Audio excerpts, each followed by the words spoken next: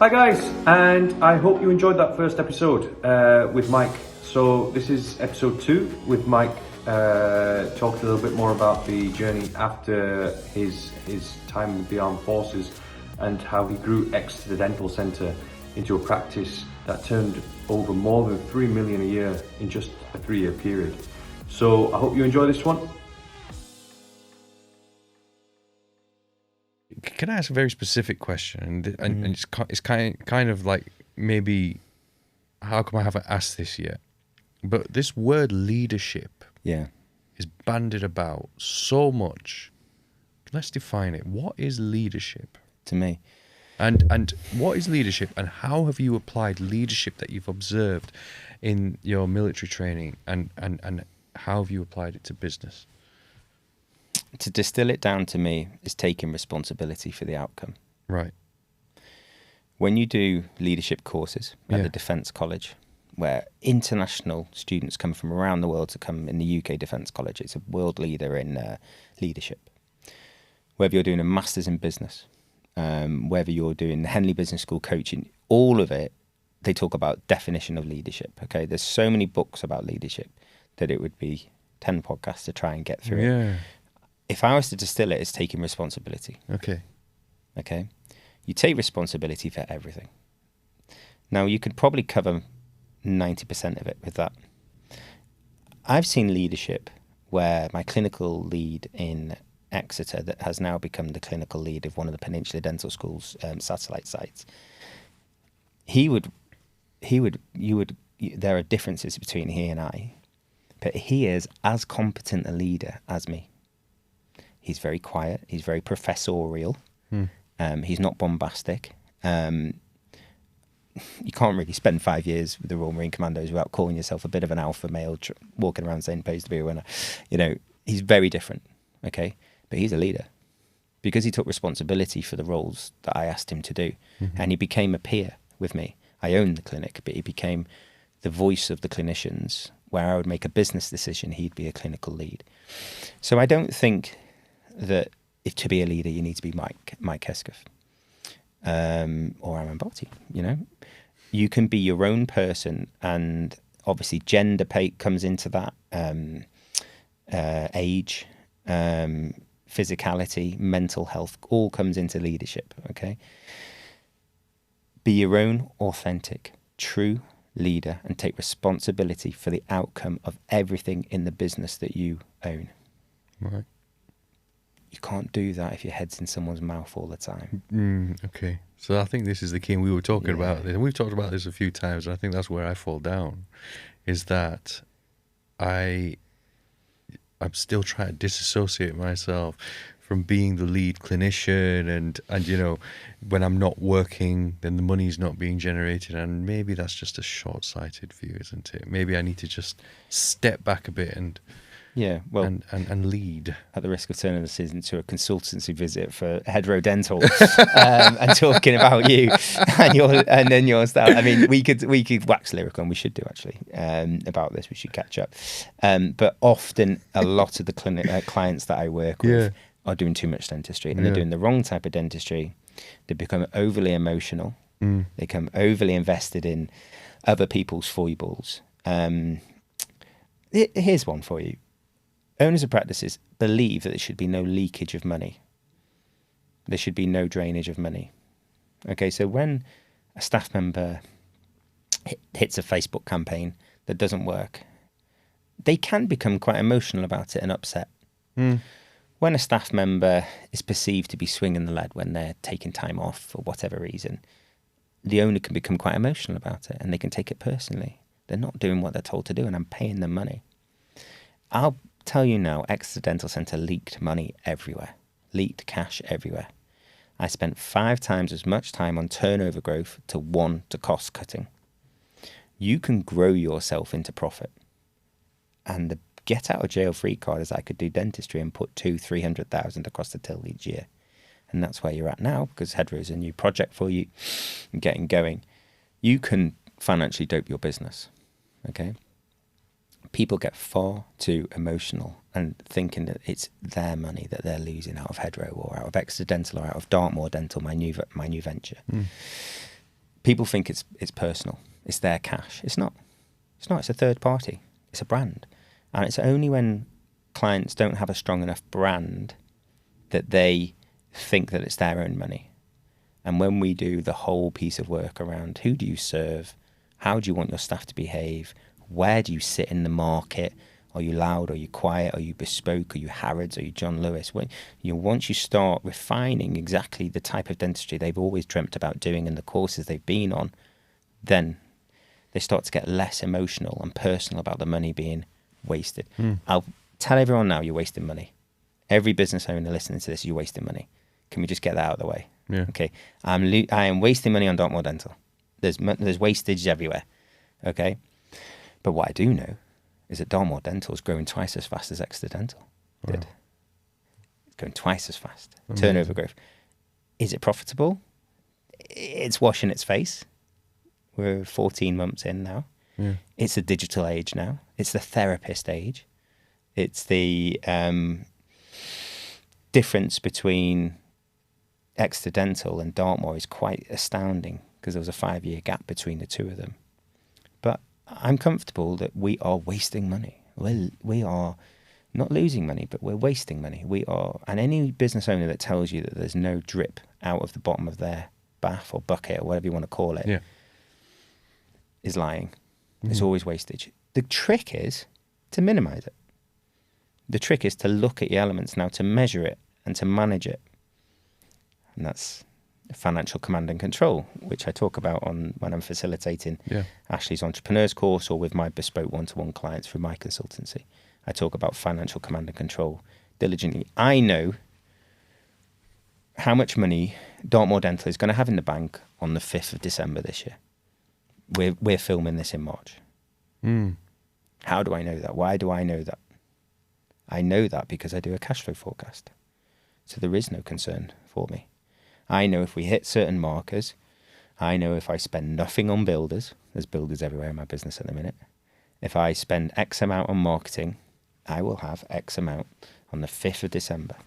I've got a document that shows me. Is it accurate? It is, but it's always overly pessimistic. Right, okay. Okay? It's accurate in that it'll never be a worst case scenario. I know when I'm going to run out of money in Dartmoor Dental, cash. Now, if you don't know that as a business owner, then why not? Because it's dead easy to do. Cash flow forecasting is what everyone should do. Financial command and control. There's quarterly management accounts which are of use to the banks, but then inside that there's depreciation, amortization, all these terms we don't really understand. There's balance sheets. We can get our heads around if we spend enough time on it. But I never log into my business bank account. I don't have it on my phone. I don't know how to log in. I never pay an invoice. But I know how much money is going to be in the account on a random date in the future. I know that because I have people that cash flow forecast for me, and I put in assumptions. I go, Aman Bot is going to come to us and going to do some fantastic dentistry in West Devon. He's going to move down from Leeds and he's going to do and he's going to put 500,000 across the till for us. So you program that in. Right. But he's really expensive, Aman. He's really expensive. So then you factor in the cost of Aman. Yeah. Yeah. So you do those two things and you know how much money you're going to have. And the key is to recruit people like you. Okay. People who have done advanced courses, who are passionate about their dentistry and create... I don't know why I don't say Anfield, but I always say Old Trafford. Because that's the correct, absolute. That is the gold standard. Absolutely. There you go. Thank you. So I often say is that I create an Old Trafford. I create a playing pitch where I can get the best out of clinicians. Right. It is not smooth to begin with. It's Hackney Marshes for a little while. Yeah. Okay. There is no dream ticket to this. There's 100 things that we need to do. It's not about your widgets on your website. It's not about marketing. Marketing's the last thing we come to, essentially. It's about the building blocks of a business, okay? Now, but we try and create an Old Trafford playing pitch so that people can reach their full potential as clinicians. Then you create that, you create a strong brand, and you work hard on that brand, then people want to join you. And remember that the war in the UK at the moment is for clinicians. It's not for patients. So I've spent 300,000-400,000 this year on staff facilities in Dartmoor. We've done new staff changing rooms. We've done new dental surgery. We've done 6 new dental surgeries. We've got 2 left to go. We've introduced dentally, we've introduced new IT that works, cone beam CTs. We didn't have a dentist who could do implants, but we put a cone beam CT in. We've got Medit scanners. We're investing in Laura Horton's TCO course. We are investing in stuff with new decon room, stuff, a new stock room, things like that that's really well organised, really segmented. These little efficiencies in business that are so unsexy that people go, oh, what's the magic trick? And you go, it's not you doing all the dentistry forever. It's working your way out of it. But it's not one particular thing. It's about 100 things that go into a business and you spin those plates. Yeah. You've said something there and it's just, Yeah. I've had a penny drop moment. It's like, wow, okay. So, you know, one of the reasons for doing this and one of the motivations behind doing the podcast in the first place is because I've found, you know, that dentistry is changing. I found that whereas, you know, 2004, we qualified in the same year, I would have been grateful for a job and I would have been happy to work in any bullshit clinic for a while to get some experience and start at the bottom and work my way up. People graduating now don't want that step. They want to just come out, they want to go into a nice clinic. And I've explored this on previous podcasts. There's generational differences, the expectations of young graduates, the way they train, you know, society in general, social media, and I understand it a lot better now. So I understand that, you know, Gen Z is in a completely different place to Gen X, Gen Y, which is fair. But you've said that there's not a shortage of patients out there. There's a shortage of dentists, being able to recruit good quality dentists. Clinicians. Therapists as well. Futures therapy. Okay. In my opinion. Okay. And that was one of the reasons why I sold out my other NHS sites, because I was finding it so difficult to recruit. Yeah. I'm not at the stage where I want to recruit people into Hedgerow, but I've noticed that I don't have any problems recruiting into Hedgerow, and it makes sense why. The brand's there, the clinic's there. Exactly. You know, and people want to walk in and work in there. Yeah. So it makes complete sense. Yeah, it's your passion. Yeah. It comes through. I follow you on Instagram and I see, and I go, yeah, that's Aman. That's his heart and soul. That is his 20 years of a journey within dentistry encapsulated in the... Why wouldn't people want to work there? Because it's all very digital, it's all very futuristic, it's where the industry's going. Of course they want to work in Exeter Dental. They don't, you know, and I would hope eventually that, you know, once we get there with Dartmoor, that they'll say, do you know, I'll choose Dartmoor to work in than other practices. Yeah. So then we win. Pays to be a winner. Yeah, because absolutely. You're trying to create an environment where they're well supported, the Old Trafford playing pitch. Yeah. They've got... I have a mantra where every nurse has to be on a course physically that day or booked on a course. And nurses go, well, okay, there's 7 courses in the UK that nurses do, and we create super nurses. Well, I say to you, man, do you want to work with super nurses, or do you want to work with nurses that we don't invest in? Now, bearing in mind that young non-degree educated female has come out of school going for a career, and you say to them, I'm going to invest in your career development. In Exeter, there are 4 of our nurses that are now practice managers of other clinics. And that is one of my biggest achievements. I talk to these young mums now, and they run big clinics, and they do it so well because of some of the systems we had in Exeter Dental that we put in place, but also because we showed some faith in them and we invested in them. And there is there's always society, there's areas of society and generations that are underinvested. There are that, you know, and I get generalizations like the Gen Z thing. I don't even know what any of that means. But what I do know is that if you invest in youngsters, in young people, that they pay you back in spades. And everyone that I've worked with, I like to think, like I talked about my clinical director, he came from an NHS background from Lincoln, moved down to Exeter, and now he runs a university department, you know, and that's not me. That's just a bit of confidence in and his get up and go. And we've our implantologist at the time, Rory, he's just doing the most mind-blowing dentistry of implants. I know Rory. Yeah, his work is beautiful. Yeah. Well, we took him from Peninsula and he'd never placed an implant, and now that's him. He got himself qualified. But you've got to create the playing field, the Old Trafford, for people to develop. And I think people are a little bit too cynical of other human beings. So I'd like to counter some of what you talked about with your previous guests about generations. When we deployed to Afghanistan, they talked about the previous generations of the Falklands and other campaigns being better than that generation.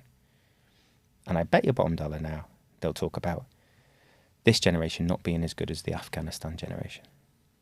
And I saw youngsters there, big, strong individuals who performed phenomenally because the Royal Marine Commandos invested in their training. Always training. That's why I did loads of courses in the military. They invested in dentistry training. It's all about training.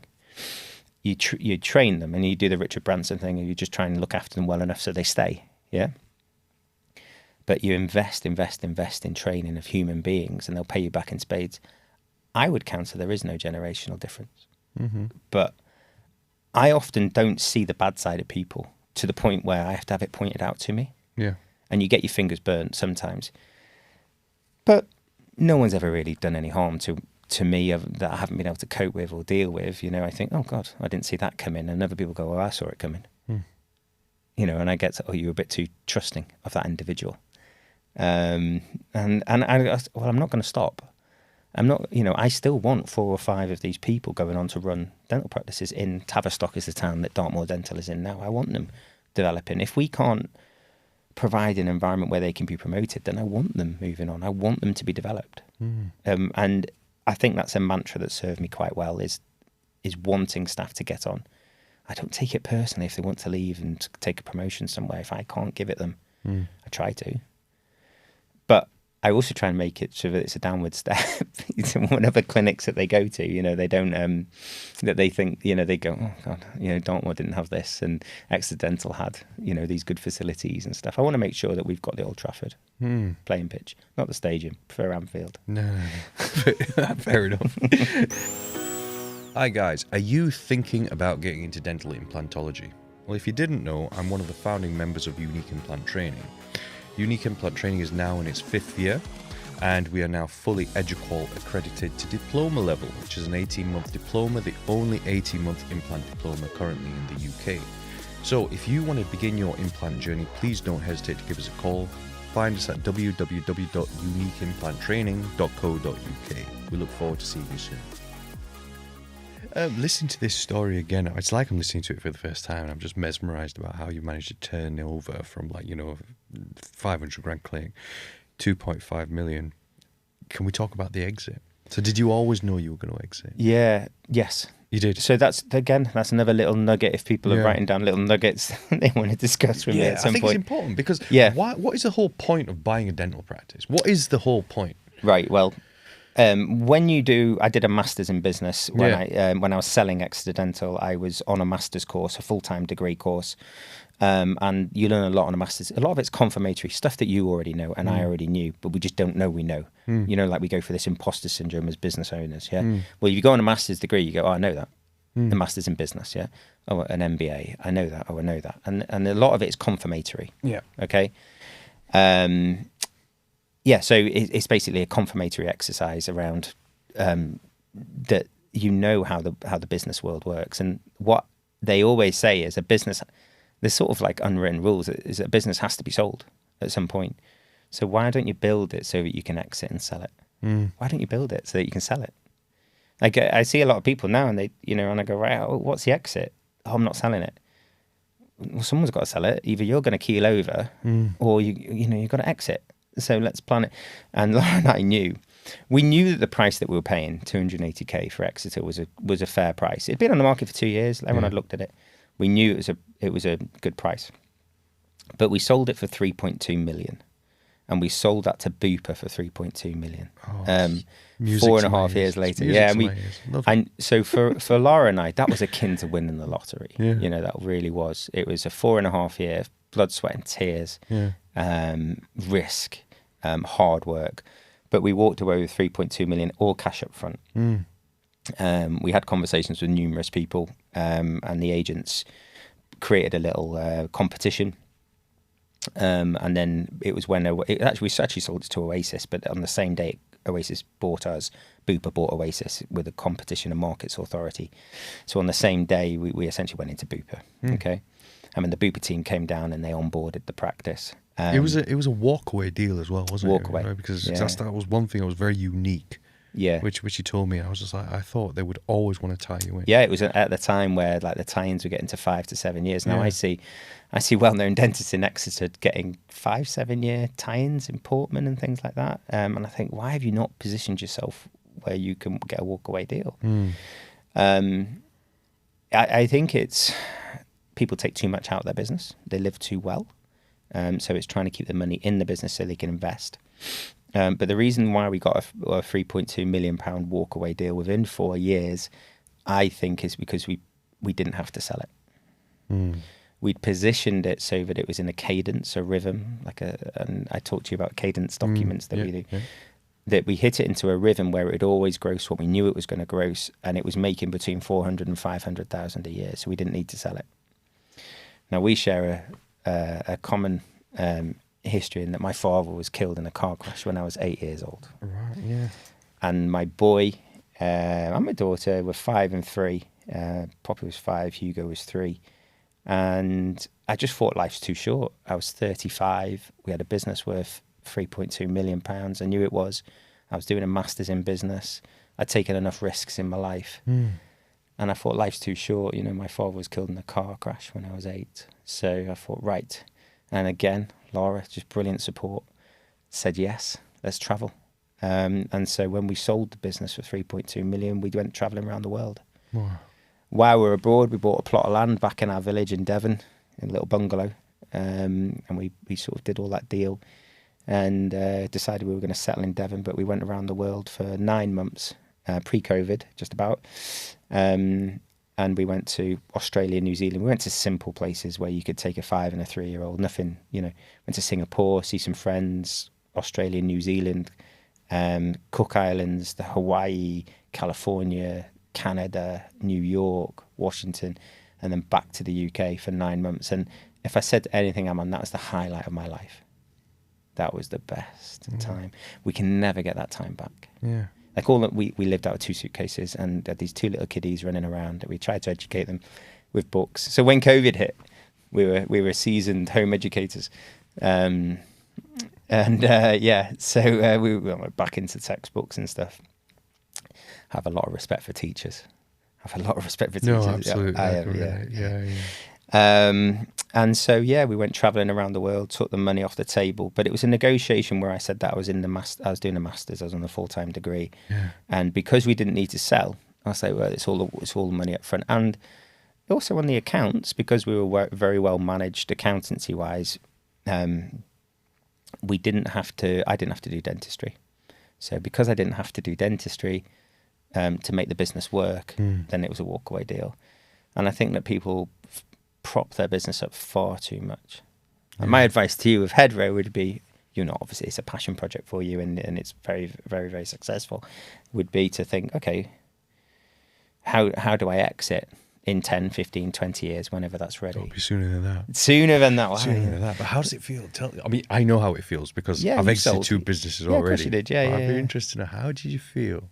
I don't want to talk exact figures and stuff because I don't want it to come across as a vulgar question, but really, how do you feel? I know how I felt. How do you feel when that money hits your bank account on the day of sale, on the day you've agreed that everything's going to go through? Talk me through that. Well, remember, I can't log into bank accounts. So I asked Lara. Yeah. I said, do we have the money yet? Because Lara does all the money control. Yeah. But we were over the moon. As a business owner, there's always a hum in the back of your head. Yeah. And that's all I can describe it as. It's like you're always thinking about the next thing, you're thinking about the next problem. And to have that hum just gone.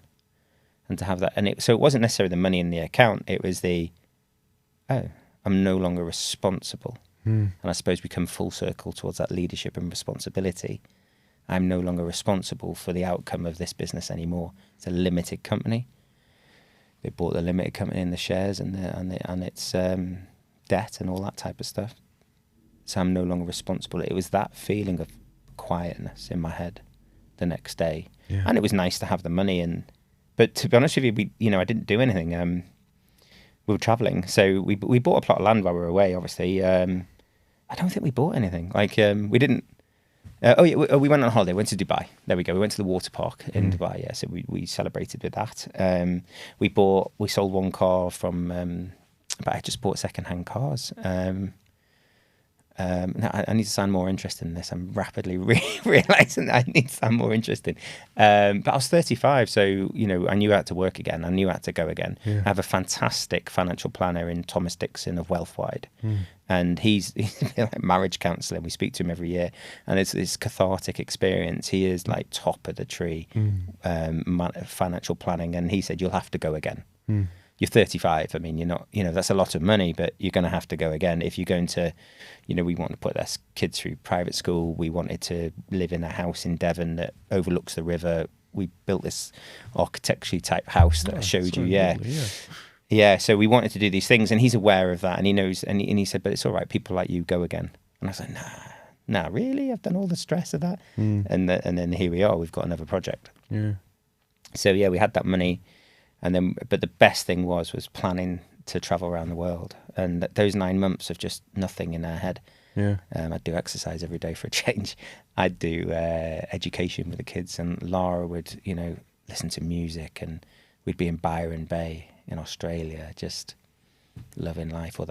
Lara likes the Hamptons, so just loving those sort of seaside. We basically followed the sun around the world. We went in the winter. And then we went down to the southern hemisphere, and we followed the sun. So as it came to spring, we crossed the equator and came back up. So we just followed the sun for a year. Wow.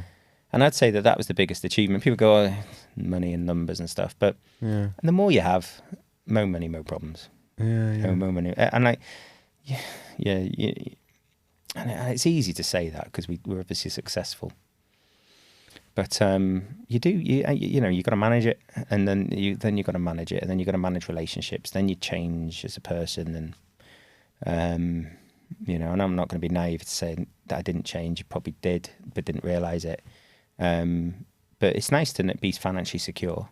Change in what way? I don't know. How people perceive you, and I would hope that hubris and arrogance wouldn't come in. But They certainly don't from my point well, of view. very kind of you, but there's got to be a hint of that in, and hopefully that hasn't come across, and I try and fight against that. But it's a very nice business that it was a passion project that we put our heart and soul into, and we're very proud of having that, almost like a tick box, like commando course, deployment, max fax, business bought, sold, house, plot, bought, built. But that was going to be my next question, because I know I did when I exited the first one. I won't tell you what I thought. How did you feel in terms of, did you ever have any moments where there was any pang of regret? Any moments where actually, I feel a bit low now, haven't got anything to do? Did that ever come in? Or not really? We're having too much of a good time chasing the sun around. Yeah, we chased the sun around the world. Yeah. But I think sometimes I wonder whether with the profit that it was on, with non-input in, I think a business side head would go, well, why wouldn't you just keep it then? But the problem is that hum, that noise in the background, is that people go, you could just leave it to a manager. We can't really, like it's not like an owner-operator. So you can't really leave it. It'll start to go wrong, and people will move away because you're not there, because you swanned off, and you're not passionate about it anymore. And again, Laura's wisdom, she's like, no, it was right to sell it. And then you kind of reset the clock. Pre-COVID, we had an interesting project in that we were going to set up a hospital. I remember that. Yeah, we were going to set up a hospital. We were due to sign the lease on a huge building just off the M5 down in the southwest. On the 20th of March, and obviously 20th of March, COVID year. And I was in Australia at a wedding at a friend with my brother, and I was reading the newspaper saying, I think we need to get home. The plane was empty on the way home, and then I was flying into the UK at the end of this wedding to sign the agreement for this massive property.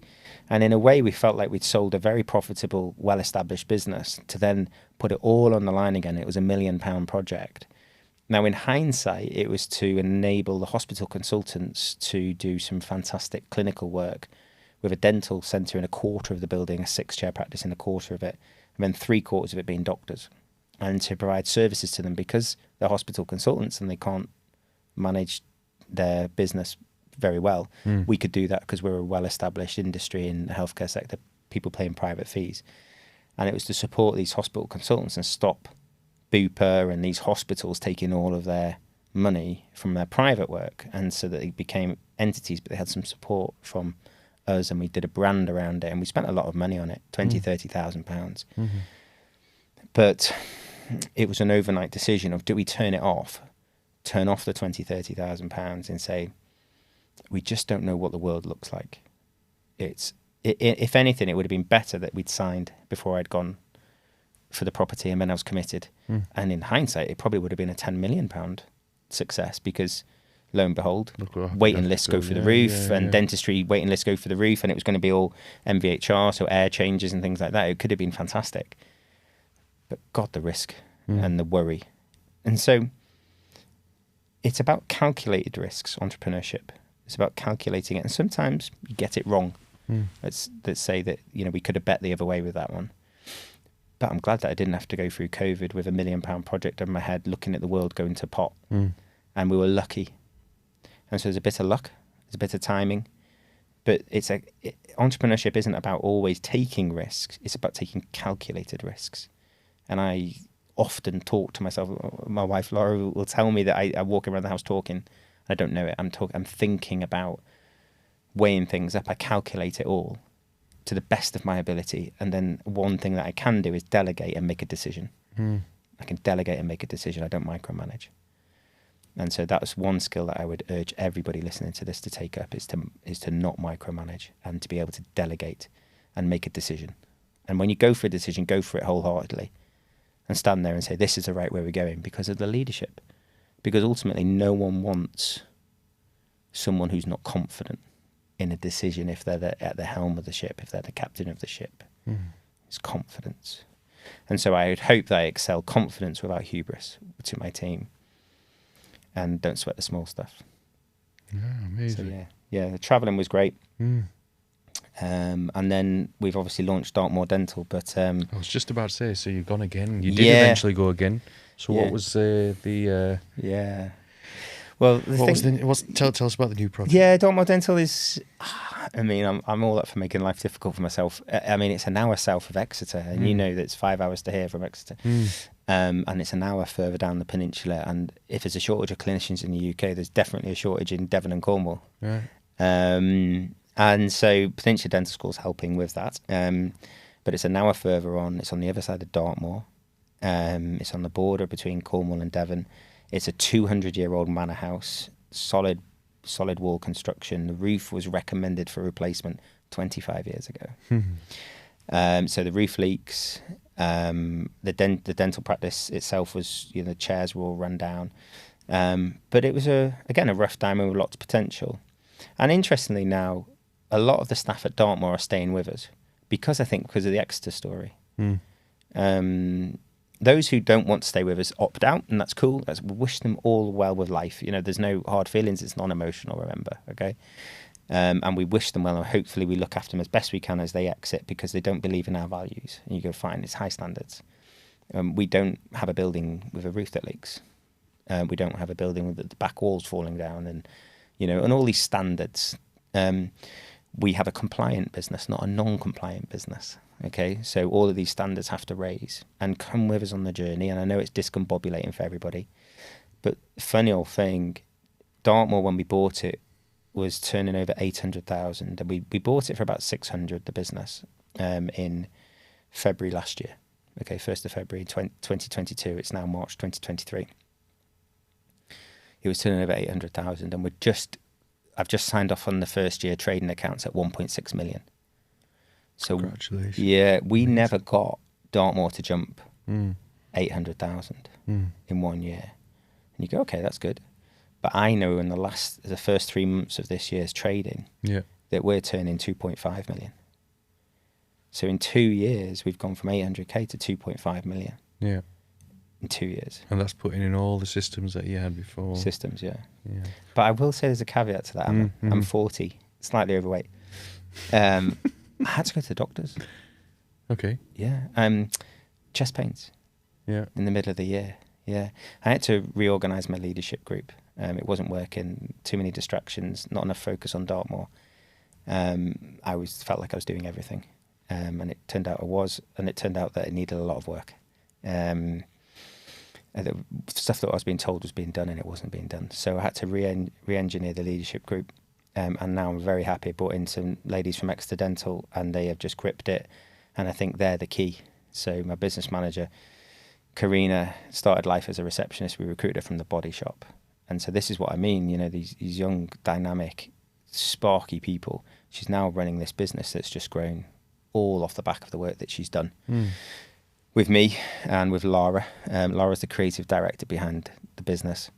And the rationale behind Dartmoor is 15 years project instead of 5 with Exeter. So the exit is when I'm 55, to make a profit, to pay all its debt off, to be a service to the community. We have an NHS contract, which is roughly 14% of our income. Obviously, that will be 7%, hopefully soon. And it's an exempt-only contract. Now, I've never had this before, so I'm playing with this. It's a bit of a social enterprise I'm trying to do within our business. And again, this one-in, all-in policy, I make sure all dentists, it doesn't matter how qualified they are, have to do some NHS dentistry, but it's titrated. We do 1.5 hours to 2 hours a day. And everyone does it. We've launched kids clubs, so where we close the practice for half a day and we just put it out there. We've written to all the heads of all the local schools going, chuck your kids in. Because there is no dentist down there, and if we don't do it, and we're one of the biggest, we've got 8 chairs, 10 clinicians, if we're not the backstop for the people who are exempt, I can grow a private business. I can grow it millions of pounds. It's not easy. I have to go and get my heart checked at the doctor's. But there has to be more to it than that. There has to be some social conscience to what we're doing, much like the outreach clinics in Afghanistan. There has to be more than the fight. There has to be more than the private work. There has to be more than the millions of pounds. There has to be something more. And in where we are in Tavistock, unfortunately, there's a corporate with an NHS contract. I don't think it can recruit dentists for whatever reasons. We can. And so but what's easy is I say to everyone, everyone's got to do it. And they go, all right then. That's all right. And then we don't have a single point of failure, calculated risk. We don't have a single associate who does all the NHS contract because they're the new boy or the new girl. We have all of the dentists, no matter whether they've got master's degrees, they've all got to do a bit of NHS. And if I'm honest with you, it's much like the travelling was the best bit of selling Exeter. The best thing about Dartmoor is this NHS contract, which is completely at odds with what I hear. And I was coaching with Chris Barrow last week, and you know, and he was talking about the NHS contracts being corporate. It's a corporate domain now. And I'm like, I didn't want to get into all of this. And I go, yeah, I agree. But again, you can go the other way. You can counteract it. And you say, well, if we don't treat these children with stainless steel crowns, with therapy graduates out of Peninsula who are doing fantastic dentistry, they're going to go to Derriford, our local hospital, and become a bigger burden. Now, this might sound a little bit wishy-washy, but if I with my resources don't help a bit, and with the people that I can bring to the table, if I don't do a bit, then who will? It's not going to be the corporates. So I'm going to make a difference in that little town. I don't even live there. I live an hour away, and we get such rude emails from patients. We get such rude emails from patients who are just desperate for NHS care, bless them. And they don't know, and I mean, this is a failing of the contract. They don't know that I'm dealing with the NHS at the minute. I'm trying to renegotiate the contract with them, and saying, like, look at all this good stuff we're doing. You know, can you? Is there any way that you can pay us the same UDA value as the practice down the road? Like, is there any chance? Like, things like that. I do. I'm not stupid. Like, I'm trying to make it work. But it's all on whether I decide whether I want to keep it or not. It's a 3-month notice period. Thousands of people's healthcare. 3 months notice period for to the NHS given the contract back. Is it as short as that? Yeah, it's right. It's an old contract that's exempt only. Yeah. And I read it and I was like, what's that about? I mean, what a single point of failure that is. But I don't take it personally when the NHS write to me rudely and write unprofessional. You know, I just whatever. But we're trying to make this work. Yes, we can make a private business work. Yeah, we can do that. We can do that. Yeah, and that's what's going to pay for the roof, and that's what's going to pay for the standards and for the care. And we've just given the staff all their pay rises and introduced bonuses, as we always talked about. And and try new uniforms, new changing rooms. That's what's going to pay to keep all these people content with their work and hopefully thriving. But in my head, it's like we can look after thousands of people and we get chucked a bit of money from the NHS, but we, and you go, oh, that's something. That's something. So I don't know. I might at some point lobby the local MP and say, look, we can do something here with this. We can be a bit of a social safety net. I'm not saying every private clinic to pick up contracts, but I'm saying I think you can make it work a bit better. Now, we're in breach, I'll be honest. We had a computer system failure in the beginning of the year, and we had a bit of a really bad integration of Dentally, all on our part, really. And so we weren't getting credited with our UDAs. So we're in breach. So we're not angels. But we're now not. The last 6 months, we're trading at the right level. We're doing the right amount of UDAs. But obviously, it's historical that I'm learning that you pay back what it was, but it's peanuts compared to what we do privately. So we're not angels with it, but it does some good social good. No, it's amazing that it's not just about This practice clearly has much more of a social conscience than your previous one. That's very admirable. Yeah, compared to the previous one. Yeah. Guys, as you know, I am the lead tutor of the Hedro Academy Vertical Preparation course. Now, we have put together this beautiful vertical preparation kit, which has been beautifully made by Former Dental Supplies. Simon at Former has kindly agreed to give one lucky winner of this podcast a kit completely free of charge, which retails normally at £220 plus VAT. So all you have to do to win one of these fantastic vertical preparation kits is just give us a like, subscribe to the podcast and share it, and leave a comment below, and we will pick one lucky winner every podcast, and Burkit will be finding itself in your clinic. Okay, so great guys. The Horacle Burkit by Hedro Academy and Former Dental Supplies. Can I just ask as well about your consultancy business then? So, how's that going, and how did it come about, and what's the format of it now? Well, how we met, so we had Lara reminded me actually that I've always done consultancy. When I was in Exeter, because I wasn't clinical, I had spare days, and one of the coaching consultancy businesses rang me and said, look, we've seen you doing this 7-day opening. We've seen you having a business hub telephony. We've seen you doing all these good stuff. Can we bring clients? So they shipped clients in from Northern Ireland, the length and breadth of the country, Glasgow, London, and they came to Exeter. It was very nice, and I hosted them for the day, but I didn't know what I was talking about. I was just saying, well, this is how we do it. What's your biggest challenge? And then we talked through it, and it wasn't very systemized. But I did 6 of those visits, and then the consultants paid me. So I was a subcontractor to the consultants, and it was lovely, and such benefits. Martin Wanadea and Nick Sasodia from 10 Dental. They came, and they're like top of the tree, fantastic people. Just love them to bits. They're just just so giving to the industry across the board. And they came and they wanted to see what we're doing with the 7-day opening and the telephony and things.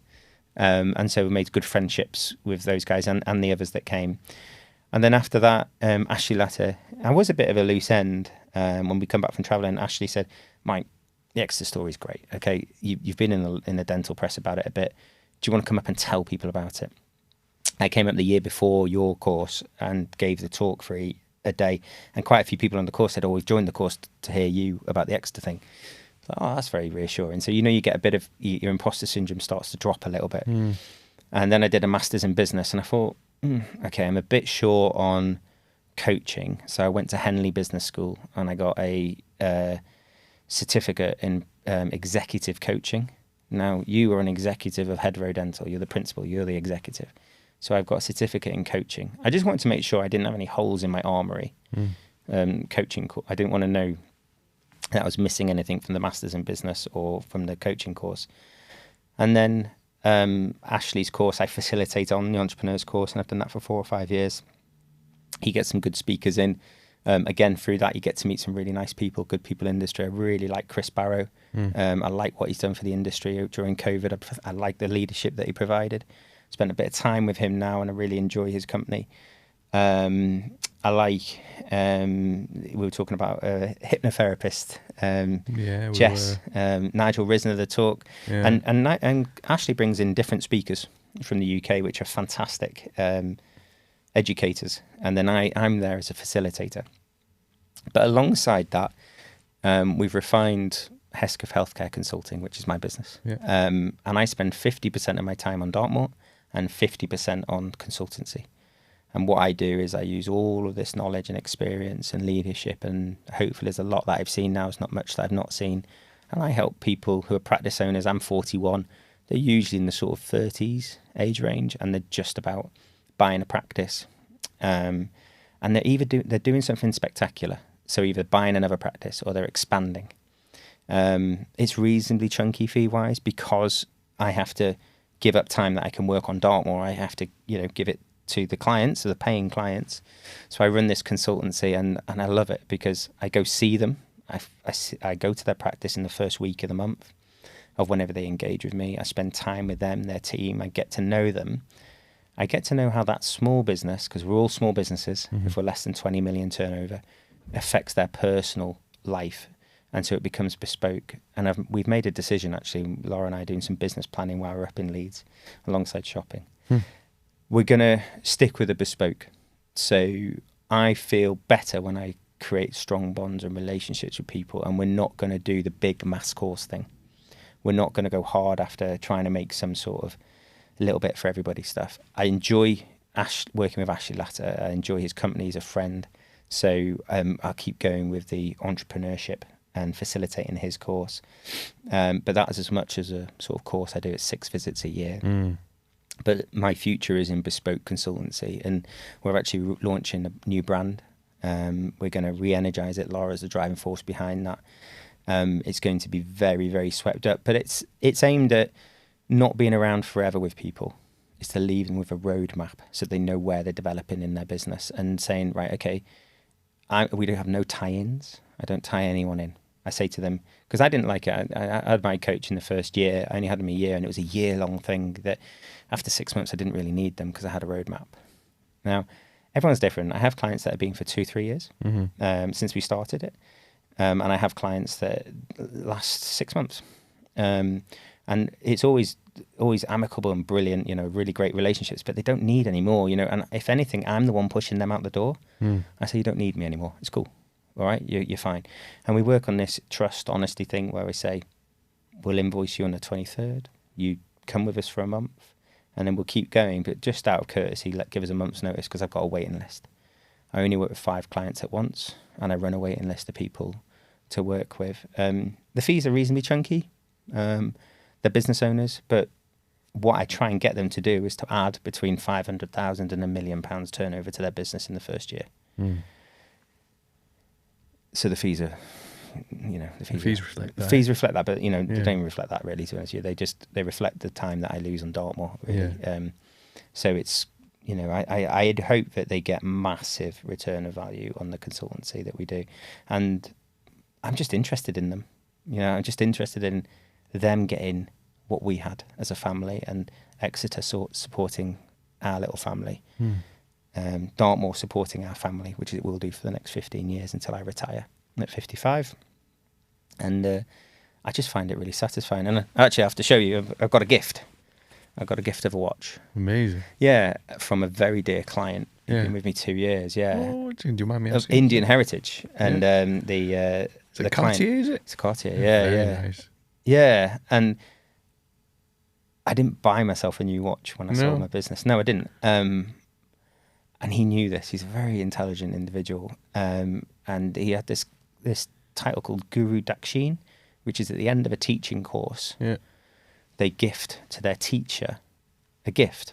And it's a very worthwhile gift. And they'd expanded their business really well. It's a family-owned business. It supports them, and he's just got so much potential. He's come over from India and he's set up this business, and it's just, he's making such a good job of it. But I feel like I'm his pilot in these uncharted waters for him, and I tell him why his local staff are being a bit strange and how he doesn't, what he's not understanding about the culture.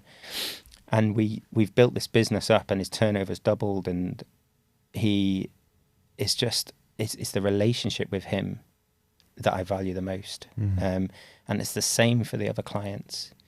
I'm invested in their success, and I think that's more valuable than, you know, the fees, you know, and to be recognised like that. We nearly fell off, Lara and I nearly fell off a chair because it was so generous and great, you know. And I was like, wow, you know, it was nice to be thought of. And so it doesn't matter how successful you are or how good you think you are, to be someone say, do you know what, I think you've done a really good job and I really appreciate your help. And that was just wonderful. It was, yeah, it was the highlight. It's the highlight of my consultancy, is this gift. Amazing. This particular gift, you know. So what keeps you going? Because, like, look, you've done everything that there is to do in dentistry. In terms of, like, in business, I should say. No, you haven't done everything in business. Don't get me wrong. Let me rephrase it. Let me start again. From my point of view, you've done everything that I would have loved to have done. Okay, so I've exited, but yes. I didn't completely have a pot which I could. Well, I wouldn't say you could retire on that either, but in the sense it wasn't as big as that pot. You've gone back in again.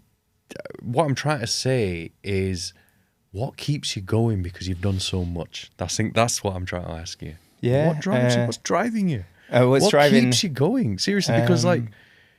You've done so much. We're the same age. I think it's the relationships. Yeah. I think it's now at the relationships. Is that, you know, I just meet people, and the industry's so nice industry to be in. Yeah. And I meet interesting people all the time. Yeah. We have to pay the bills like everybody else. We don't have any problems with that because it's consultancy and with Dartmoor, but I find it interesting, and I find it relationships. And I sometimes think maybe we should like branch out. You know, oh, you're that good at business, because there's a barrier to entry into dentistry, which you know, you're not competing with real top-notch, hard to compete with businesses. You know, in cutthroat industries. Lara came from the media industry in West London, which was like getting talent agents jobs. I mean, that is brutal. I thought dentistry was bad in London, let alone. You know, that sort of industry where your fees are around agency and stuff, and how brutal the media industry is. And when Lara saw dentistry and how much money you could make because it's a closed shop, because you have to have a GDC registration to be a director on the board, if it's less than 50% on the board. So I find it an industry that is interesting. I find it an interesting that's lucrative, that's supportive, that's relationship building. And whenever I look at other businesses, like property development's so slow, you know, and considering we can just, you know, increase the turnover by 100,000 or £1 million, which is roughly, if the EBITDA is right, is roughly equal to that sales price. Well, you can't do that in a property unless you invest in £20 million. So I find dentistry an industry which is very satisfying and successful and rewarding. And I also find I want to come across something that we're not successful in, you know? I know everyone talks about entrepreneurship, you should have failures and stuff like that. Well, we're doing all right so far. I'm not trying to fail, but you know, we're going to push ourselves.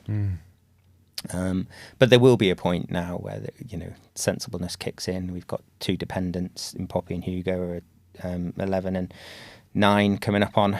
You know, we need to be sensible with risks, and we need to be, and I want to be around. And the most valuable thing that I try and get with my clients and myself is time. I think what I do is, we can all gross more, okay?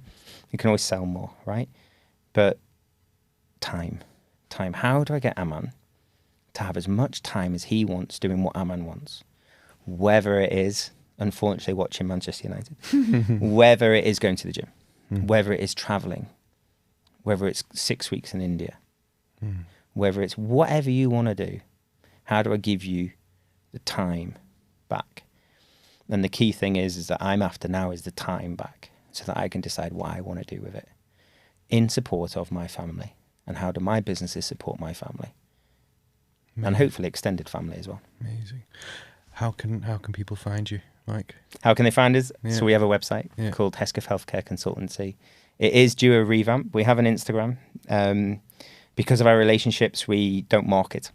Okay, we work on relationship building and referrals. But We need to fix the roof while the sun's shining. We only take on 5 clients at a time because it's one-to-one, but you can contact me on Hesketh Healthcare website. And then, and hopefully people, like I say, will finish after 6 months, and then there'll be an opportunity to work with new people. So I'm always open to discussions, and I'll be honest and open with everybody. Say, I can come to you and I can help you.